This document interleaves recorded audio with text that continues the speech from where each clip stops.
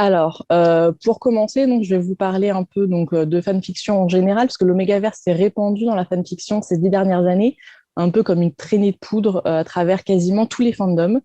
Mais d'abord, je vais un peu vous expliquer ce que sont du coup les fanfictions et les fandoms au cas où ce soit pas bien clair pour tout le monde. Les fanfictions donc, sont des écrits faits par des fans autour d'univers fictifs existants, voire de célébrités. On parle alors de Real People Fanfiction. Dans sa thèse de sociaux sur les créations dérivées, donc Sébastien François utilise cette expression création dérivée qui est hyper intéressante parce qu'elle englobe les fanfictions, mais aussi les dessins, les vidéos, et etc. réalisés par les fans. L'expression fandom, quant à elle, va désigner le regroupement des fans autour d'un univers spécifique, donc par exemple Harry Potter, Le Seigneur des Anneaux ou Marvel ou quoi que ce soit d'autre. Les fans eux-mêmes définissent le fandom de façon assez humoristique. Sur Urban Dictionary, il y a des définitions très drôles qui vont parler d'obsession, voire de secte en fait. Et pour la fanfiction, les fans préfèrent une définition qui vient d'un article de Times Magazine écrit par Lev Grossman. Donc, je vais vous mettre, parce que mon accent anglais n'est pas top, voilà, que je vais vous mettre ici. Fanfiction is what literature might look like if it were reinvented from scratch after a nuclear apocalypse by a band of brilliant pop culture junkies trapped in a steel bunker. They don't do it for money. That's not what it's about. The writers write it and put it up online just for the satisfaction. They're fans, but they're not consumers of media. The culture talks to them and they talk back to the culture in its own language. Et donc, cette notion vraiment de dialogue entre la culture et les fans est hyper intéressante, je trouve, parce que la fanfiction, c'est finalement voilà, un dialogue perpétuel que les fans ont entre eux, mais qu'ils ont aussi avec la culture qu'ils aiment tant. Henry Jenkins, par exemple, un spécialiste du sujet, parle même de culture participative. Et cette culture participative va très vite, puisque maintenant, la fanfiction, la majorité de la fanfiction est sur Internet, contrairement aux années 70-80, où on la retrouvait principalement dans des fanzines Star Trek notamment à l'époque. Donc forcément, sur Internet, ce dialogue est très, très rapide. On assiste alors parfois au développement d'idées qui deviennent ce qu'on appelle fanon, c'est-à-dire acceptées par les fans alors qu'elles ne trouvent pas leurs origines dans le canon. Donc canon, c'est un terme biblique qui est utilisé ici pour parler de l'œuvre originelle. Un exemple, par exemple, ça va être le personnage de Daphne Greengrass dans Harry Potter, qui est mentionné de nom une seule fois dans les 7 tomes, mais auquel les fans ont assigné une personnalité de jeune fille froide et distante. Pour le Hobbit, par exemple, ça sera le fait que le peuple nain est une culture dans laquelle, par exemple, les coiffures et les traits sont une signification très importante. Ça encore, c'est quelque chose de plus ou moins inventé par les fans.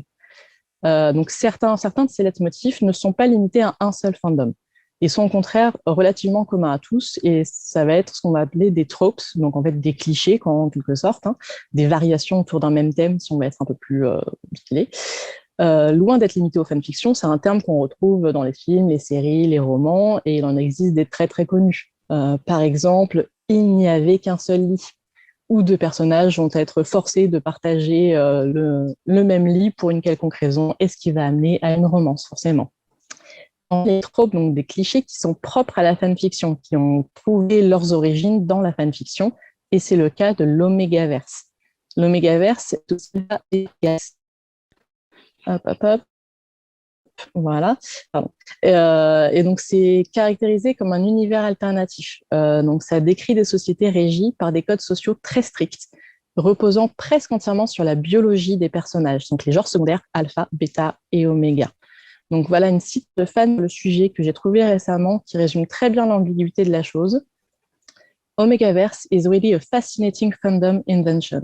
50% of it is totally problematic and reinforcing a lot of fucked up patriarchal web culture values. The other 50% is some of the most insightful, subversive social commentary I've ever read on gender identity, gender roles, queer oppression. Donc c'est cette dichotomie voilà, entre un contenu hautement pornographique qui va parfois jusqu'à nier la notion même de consentement et une critique acerbe des sociétés patriarcales qui rend l'Omégaverse finalement si intéressant pour une création de fans. Donc, toute mon intervention, ce sera donc entre récits pornographiques, donc au code très étrange parfois, et militantisme féministe sans femmes. Comment donc décrypter cette Omégaverse, cette invention de fans? Cette catégorie de fanfiction, donc, qui est l'Omégaverse, est apparue en 2011 dans le fandom de la série Supernatural, donc je parlerai un petit peu plus en détail un peu plus tard pour ceux qui ne connaissent pas. Comme tout courant ou mouvement, ce genre a tendance à évoluer avec le temps, mais certains de ces aspects sont communs et peuvent être retrouvés dans quasiment toutes les fanfictions estampillées alpha, bêta, oméga. Tout d'abord, ces termes de alpha, bêta et oméga désignent des genres biologiques qui se rajoutent aux genres hommes et femmes. C'est-à-dire qu'il est possible d'être un homme oméga ou une femme alpha ou une quelconque combinaison de ces deux catégories. Bien que dans les faits, les femmes alpha sont moins représentées que les hommes alpha. Les intrigues de toute façon de l'omégaverse sont le plus souvent centrées sur un couple d'hommes, un homme alpha et un homme oméga. Les alphas, donc, possèdent la caractéristique animale qu'on retrouve chez les canidés d'avoir un nœud qui se forme à la base du pénis pendant l'acte sexuel. C'est parfois aussi le cas pour les femmes alpha qui peuvent donc avoir un pénis selon la volonté de l'autrice de la fanfiction. Quant aux omégas, donc, eux possèdent la capacité de recevoir ce nœud, notamment grâce à une lubrification importante de leur partie génitale. Donc, ça va être le vagin pour les femmes oméga, logique, mais aussi l'anus pour les hommes oméga, bien qu'il arrive que les hommes oméga, justement, présentent une genre d'intersexuation de leurs appareils génitaux. Les omégas ont aussi souvent une fertilité plus élevée, car même les hommes oméga ont la capacité de porter des enfants et de les mettre au monde. C'est un aspect très important de l'omégaverse. Il existe aussi donc une période de chaleur pendant laquelle les omégas vont perdre toute inhibition, mais aussi surtout toute capacité à consentir. Alpha et oméga possèdent aussi souvent un sens de l'odorat plus développé. Les bêtas, quant à eux, dont on parle finalement très peu, présentent en fait peu d'intérêt, tant pour les autrices que pour les lectrices du genre, parce qu'ils sont des humains ordinaires, donc ils n'ont pas de caractéristiques animales supplémentaires. C'est l'animalité d'ailleurs justement des alphas et des omégas qui est un des aspects les plus importants de ce genre de fanfiction, tout autant que la société décrite à travers ces genres secondaires. En effet, dans la grande majorité des fanfictions de l'omégaverse, la société donc est structurée, je l'ai dit, à partir des genres. Donc les alphas sont parmi les dirigeants de la société, les personnages importants et puissants, alors que les omégas ont souvent moins de droits et de possibilités d'évolution sociale. Les bêtas, donc, du coup, sont en gros considérés comme la majorité silencieuse de la population, celle qui ne représente que peu d'intérêt dans le récit. Le manque de droits des omégas va être un leitmotiv dans la fanfiction. Donc, les discriminations à leur encontre. On va retrouver, par exemple, des faits de mariage ou de convenance, la suppression médicamenteuse de ce genre secondaire pour réussir à intégrer soit l'armée, soit une université, la pauvreté, le manque d'accès à l'éducation, des violences sexuelles, du harcèlement, des relations abusives, etc. Donc, les obstacles sont souvent surmontés, ne serait-ce qu'au sein du couple principal, alpha et oméga. Mais la société est extrêmement violente. Si le point de vue de la narration peut changer d'un chapitre à l'autre ou d'un passage à l'autre entre le protagoniste alpha et le protagoniste oméga, on constate néanmoins que le point de vue privilégié reste celui du personnage oméga. Ce qui signifie donc que les autrices de fanfiction omégaverse s'identifient plus facilement aux omégas. Pour autant que les omégas décrits soient majoritairement des hommes, ils trouvent écho chez les lectrices et les autrices, ce qui explique en partie le succès du genre. Il existe du coup, en termes de chiffres, plus de 90 000 histoires correspondant aux dynamiques alpha, bêta, oméga sur le site d'archives Archive of Our Own et à peu près 9 000 sur fanfiction.net. Alors l'écart entre les deux s'explique assez bien parce qu'en fait, c'est des histoires qui représentent donc qui ont beaucoup de caractère sexuel avec des scènes de sexe souvent décrites en détail, c'est assez normal qu'elles soient plus présentes sur un site beaucoup plus permissif comme Archive of Our Own que fanfiction.net qui a des règles beaucoup plus strictes de contenu. Les problèmes donc rencontrés par les omégas au sein des sociétés décrites, dont on a parlé tout à l'heure, sont le reflet en quelque sorte des problèmes rencontrés par les femmes dans les sociétés occidentales de type patriarcal. Et de manière générale, il est indéniable que les omégas, donc peu importe leur genre principal, homme ou femme, représentent le féminin et que les alphas, eux, représentent le masculin. Ainsi, les omégas sont souvent représentés comme des êtres doux, maternels, ils évoquent le confort, la famille. Par contre, les alphas sont représentés comme agressifs, ils sont protecteurs, possessifs, forts. Donc, ce sont des caractéristiques très stéréotypées qui sont à mettre en relation avec la division inégalitaire du pouvoir dans les sociétés de l'omégaverse. Les alphas sont les membres éminents de la société, ils occupent les plus hautes sphères de pouvoir, tandis que les omégas s'occupent du foyer et sont relégués à un rôle nourricier. Il paraît donc évident que l'omégaverse est utilisé par les autrices de fanfiction comme un outil de réflexion sur le féminisme et le patriarcat. Mais alors, du coup, la question, c'est pourquoi utiliser des personnages masculins et une biologie inventée quand ce que cette biologie décrit n'est finalement pas si éloigné de la réalité actuelle sur de nombreux aspects. Un premier élément de réponse, à mon sens, pour être l'absence de personnages féminins de certains fandoms, puisque l'Omegaverse vient du fandom Supernatural. Il est important de noter que cette série a toujours brillé, dirons-nous, par son absence de personnages féminins importants, qui, quand ils existent, meurent toujours beaucoup plus vite que les personnages masculins. Donc voilà, on peut citer une longue liste de personnages féminins morts au cours de cette série. Donc on a Jess, Bella, Helen, Joe, Ruby, Meg, Charlie, etc. J'ai arrêté la série assez tôt, donc je ne sais pas encore tous les personnages féminins qui sont morts. Alors la série, donc pour ceux qui ne connaissent pas, diffusée de 2005 à 2020, suit deux frères, donc Sam et Dean Winchester, qui voyagent à travers les États-Unis d'Amérique et combattent toutes sortes de monstres surnaturels issus de légendes, voire de légendes urbaines. Donc ça va être fantômes, dames blanches, loups-garous, vampires, anges et même démons. Le couple principal dans les fanfictions est formé par Dean et Castiel. Castiel étant un personnage qui rejoint la série à partir de la saison 4. Donc environ 96 000 histoires quand même sur ce couple, sur 244 000 sur Archive of Our. Mais c'est au sein d'un autre couple, Sam et Dean, que l'Omegaverse semble avoir été créé. Donc la relation incestueuse des deux frères fait l'objet de plus de 30 000 fanfictions donc, sur Archive. Et alors, pour les débuts de l'Omegaverse, c'est apparemment communément accepté que ça ait commencé chez Supernatural vers 2011 environ, et que ça soit une évolution du phénomène du M-Preg, donc M-Preg pour Male Pregnancy. C'est un phénomène donc, dans lequel un homme peut tomber enceint, le plus souvent pour des raisons magiques, ce qui explique la prédominance de ce phénomène dans des fandoms tels que Harry Potter ou Supernatural, puisque ces univers fictifs contiennent déjà de la magie dans leur version originaire. J'ai cherché du coup à trouver véritablement le premier texte mettant en scène une telle dynamique. J'ai dû pour cela trouver un mot-clé pour différencier donc, le male pregnancy de l'Omegaverse, et j'ai choisi Knotting, donc, parce que c'est une pratique qui me semblait propre à l'Omegaverse, donc il s'agit de faire pénétrer le nœud de l'alpha dans l'oméga, mais aussi parce qu'elle est répandue dans tous les textes de l'Omegaverse. Donc je pensais ne pas me tromper. Bon, il se trouve que si, parce que le premier résultat n'était ni du M-Preg ni de l'Omegaverse, donc, mais de la zoophilie. Tout petit aparté, à ma connaissance, à peu près toutes les pratiques sexuelles existent sous la forme de fanfiction, peu importe leur illégalité ou immoralité. Certaines sont même extrêmement populaires, donc j'ai mentionné la relation incestueuse entre Sam et Dean, mais tout fandom confondu, il y a quand même à peu près, je crois, 72 000 histoires sur Archive of Our Own qui utilisent l'étiquette inceste. Il existe aussi des étiquettes ou des tags pédophilia et extreme pédophilia, donc apparemment où le personnage mineur est très très jeune. Mais pour être honnête, je ne suis pas allée voir ces tags et je n'irai pas aller voir ces tags parce que j'ai pas envie. Genre pas du tout. Alors par contre, je me dis qu'effectivement, des recherches sur l'inceste en général dans la fanfiction pourraient être intéressantes. Il en existe sur l'inceste dans tel ou tel fandom, donc il en existe dans Harry Potter et dans Supernatural de sûr. Mais il n'existe pas il me semble, d'études sur l'inceste en général dans la fanfiction, ce qui serait peut-être intéressant à étudier, mais je vais laisser le travail, je pense, à quelqu'un d'autre. Donc du coup, pour en revenir à mes recherches de l'Omegaverse, le premier vrai résultat dont l'histoire se rapproche de l'Omegaverse date du 10 juin 2011. Voilà. Après donc une autre presque apocalypse, c'est un genre de fait récurrent dans Supernatural, des anomalies apparaissent à travers le monde, notamment donc l'humanité entière développement New Biological Features. Donc je vous ai mis un petit peu quelques petits extraits donc, de cette fanfiction qui vont vous parler donc, voilà, des termes d'Omegaverse. Donc ce terme de biological renvoie directement à l'univers alpha, bêta, oméga, même si ces mots n'apparaissent pas dans la fanfiction. Parce que le genre secondaire est purement biologique, en fait.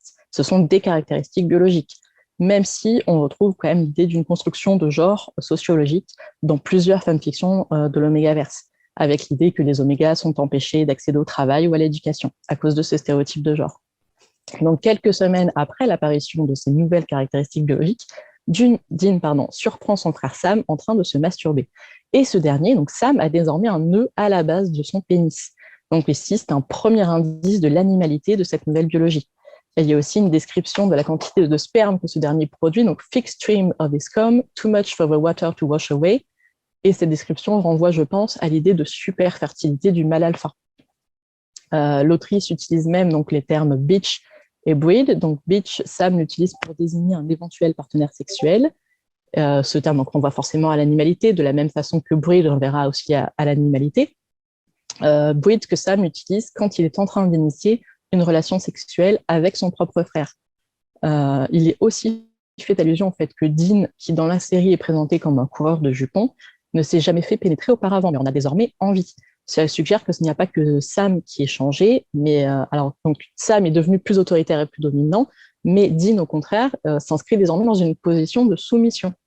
Donc, dans tout le long de la fanfiction, on voit que c'est Sam qui prend les devants, et donc Dean qui se fait pénétrer par Sam, allant jusqu'à le supplier de le pénétrer à un moment donné. Les changements biologiques subis par Dean s'illustrent aussi avec le sous-entendu suivant Dean's hole was slick, his brother must have poured more, alors more c'est more lubricant, onto his finger than Sam had noticed. Donc, c'est pas tant que Sam n'a pas remarqué la quantité exacte de lubrifiant que Dean a utilisé, c'est que Dean possède désormais la capacité de s'auto-lubrifier, donc une caractéristique très classique de l'Omégaverse. Enfin, les personnages évoquent la possibilité pour Sam de rendre Dean enceinte dans le prédit Dean, possibilité qu'ils jugent forcément irréalisable, étant tous les deux hommes, même si, encore une citation, Sam's body didn't believe that.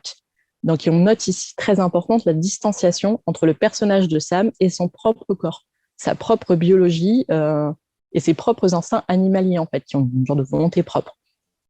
Et Sam, d'ailleurs, compare à ce moment son frère à une chienne en chaleur en disant « bitch in it ». La fanfiction a d'ailleurs été étiquetée M. Craig par son autrice, suggérant qu'effectivement, une grossesse ait peut-être pu avoir lieu. Et dans les commentaires, en fait, en allant un peu, on voit une lectrice qui réclame en fait à l'auteur une suite tant en scène du MPreg, et l'autrice répond I was trying to imply future MPreg. Donc j'ai essayé de laisser sous-entendre, de laisser suggérer un futur MPreg. Donc tous ces éléments, comme donc l'aspect biologique, le nœud pénien, la lubrification anale, etc., l'animalité, même le rapport de domination-soumission, m'ont mené à la conclusion qu'il s'agit probablement de la première fanfiction de l'Omégaverse, même si elle n'utilise pas encore ces termes. Une autre fanfiction du même auteur, donc quelques mois plus tard, en septembre 2011, introduit de nouveaux éléments, notamment les termes alpha et bêta. Donc bêta est ici utilisé à la place de l'oméga actuel.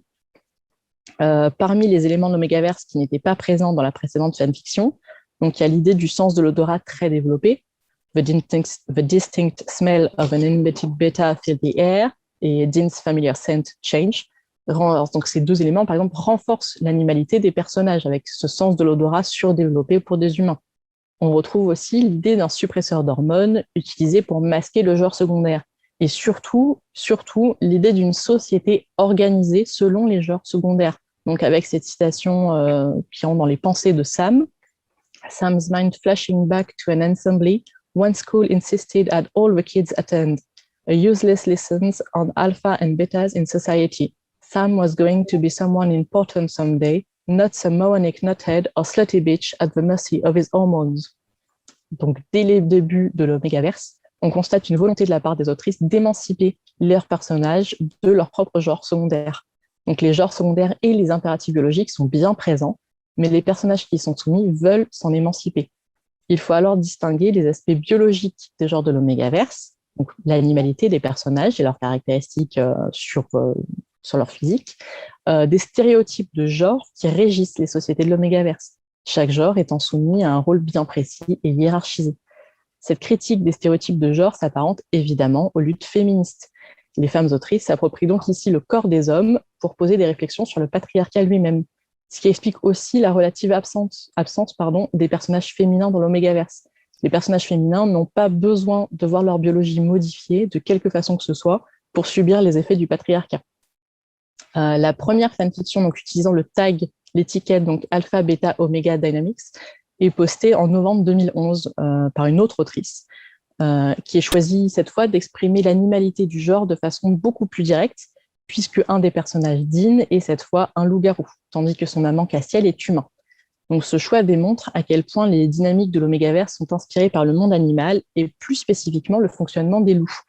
L'idée qu'une meute serait divisée entre le couple des loups alpha, qui dirigerait la meute et la guiderait pour en assurer la survie, les loups bêta qui seraient placés hiérarchiquement sous le couple alpha et en assuraient la relève en cas de décès, et enfin les loups oméga qui se situeraient tout en bas de la hiérarchie et sont les derniers à manger, par exemple.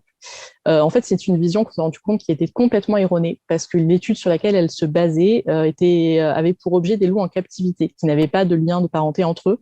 Et en fait, en vérité, les loups à l'état sauvage s'organisent sous forme de famille. Donc, en fait, cette étude était complètement fausse. Et du coup, tout l'Omégaverse est basé sur une étude fausse, mais ça n'empêche pas.